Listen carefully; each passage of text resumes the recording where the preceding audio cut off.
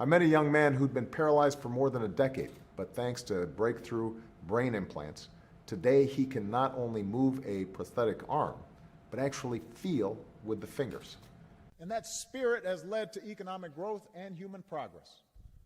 Solar power and electric cars, bandages and prosthetic limbs that save lives, stem cell research and new drugs that treat disease, cell phones and computer technology that change the way people around the world live.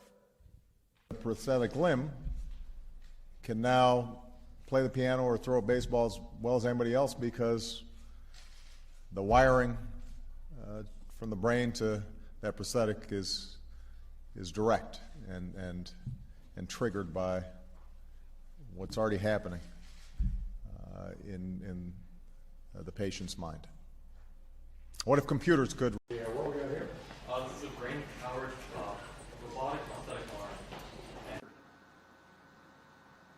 So if you're an American and you see a veteran, maybe with a prosthetic arm or leg, maybe burns on their face, don't ever look away. The way we approve a new gene sequencing technology is going to be different than the way we approve a new pacemaker or prosthetic device.